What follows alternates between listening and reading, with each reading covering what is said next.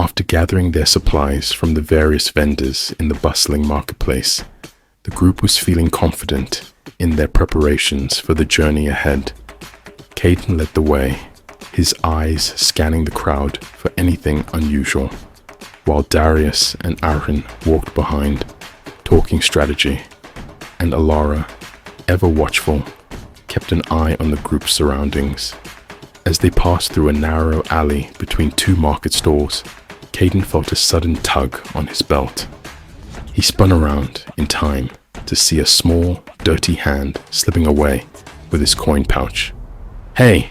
Caden barked, lunging forward. The thief, a scrappy young boy, no older than 12, darted away, weaving through the crowd with the agility of someone who had spent his life on the streets.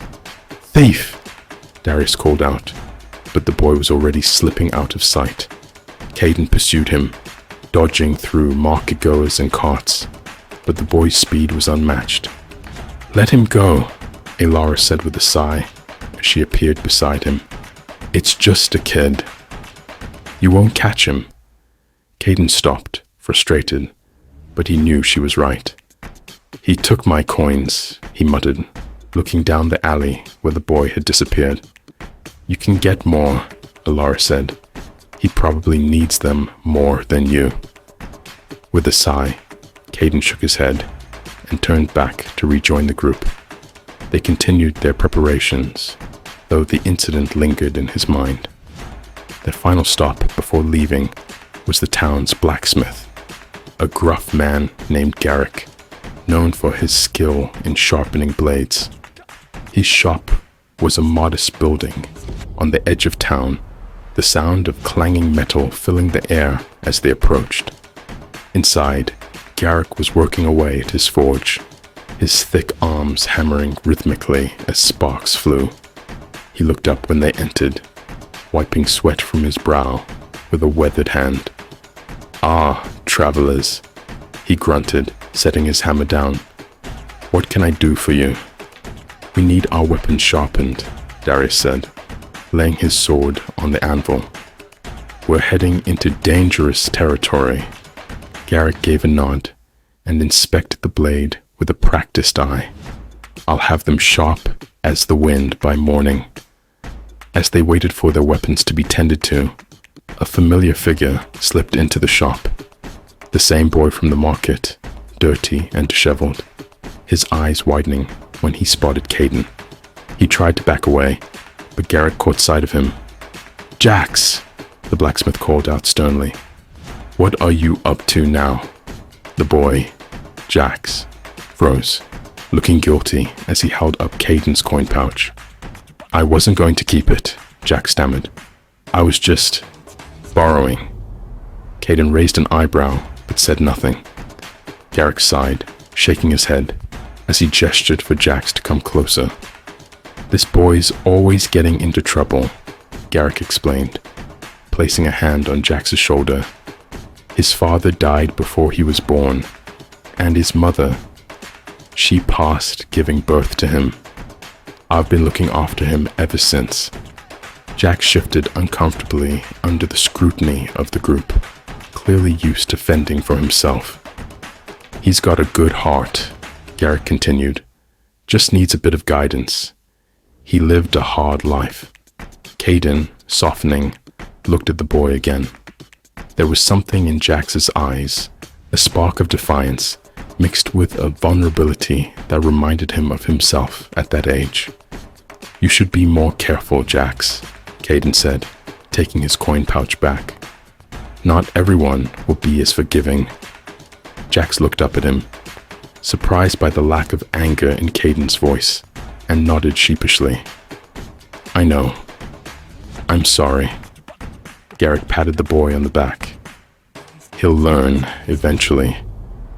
As they left the blacksmith shop with their freshly sharpened weapons, the group discussed their plans for the next day's journey.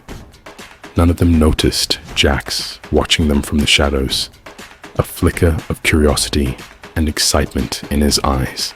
The next morning, the group set out, heading towards the edge of the forbidden forest. The early light filtered through the trees, casting long shadows on the path ahead. They had barely left the town when they heard footsteps behind them. Turning, they saw Jax, his small frame struggling to keep up with their pace. "Go back home, kid," Caden said firmly, stepping in front of him. "This is no place for you." Jax puffed out his chest, trying to appear braver than he felt. "I want to come with you.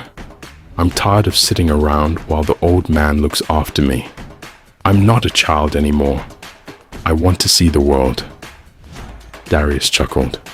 "You barely know what you're asking for, boy. Go back to the blacksmith," Aaron added, his voice stern. "You'll only slow us down." Jax scowled. "I can help. I'm faster than any of you, and I've survived on my own for years. You need me." Alara leaned against a tree, watching the exchange with mild amusement. "He's got spirit. I'll give him that." Caden sighed, rubbing his temples. They couldn't afford distractions, and taking care of a kid would only make things more difficult. But something about Jax's determination, his desperation to prove himself, struck a chord with him. Before he could speak, Jax stepped closer, his voice lowering. "I'm tired of watching Garrick struggle to take care of me. I want to be more than just a burden." The group exchanged glances.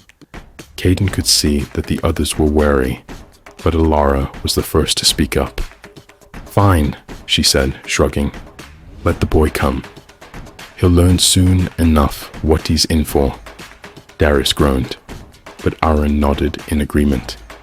Caden finally relented. "All right, kid, but you stay close and follow orders. You get in the way, and you're heading straight back to town." Jax grinned, his excitement barely contained as he joined the group. They continued on their path, unaware that this scrappy thief from the streets of Eldoria would soon play a crucial role in their journey. Days passed as the group ventured deeper into the forbidden forest, the atmosphere growing more oppressive with each step.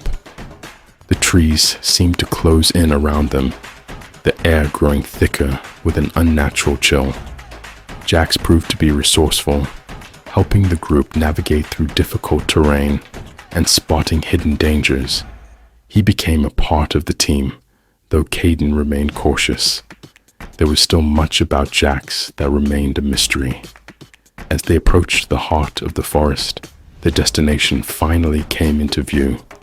A massive stone altar surrounded by swirling shadows. At the center of it, all stood a figure, cloaked in darkness. Arik, once the hero of Eldoria, now consumed by the ancient evil he had fought so long ago. Without hesitation, the group charged forward. Darius swung his sword with all his might, while Aaron and Alara struck from the sides. Caden led the assault, his blade glowing with the light of magic. But Arik, twisted by the dark power within him, was too strong. One by one, they fell. Darius was thrown back, his body slamming into a tree. Aaron collapsed, clutching his wounds. Even Alara, fast and agile, was no match for the overwhelming force. Caden, the last one standing, struggled to stay on his feet. He could feel the darkness closing in around him, suffocating him. Arik's eyes glowed with a sinister light as he prepared to deliver the final blow. But before he could strike, Jax, who'd been watching in horror, rushed forward. "Jax, no!" Caden shouted, but the boy ignored him. Jax drew a small dagger, lunging at Arik with everything he had. The blade, of course, had no effect. Arik barely flinched, his glowing eyes turning to regard the boy with amusement. "Such courage," Arik said, his voice a low, menacing growl. "Just like your grandfather." Jax froze, his mind reeling. "What did you say?" Arik smiled, though it was a twisted, cruel smile. "Arik was your grandfather. He tried to stop me once, but he failed, just as you will." The The darkness within Auric surged, preparing to strike Jax down. But just as the blast was about to hit, Auric hesitated. His expression faltered, and for a moment, the glow in his eyes dimmed. "No," Auric whispered, his voice filled with pain. "I won't let you control me." The battle between Auric and the darkness raged within him, his body convulsing as he fought to regain control. Caden watched in disbelief as Auric, the man who had been lost for so long, began to re-emerge. With a final, desperate cry, Auric forced the darkness out of his body. The shadows dissipated, and Auric collapsed to the ground, gasping for breath. Jax rushed to his side, kneeling beside his grandfather.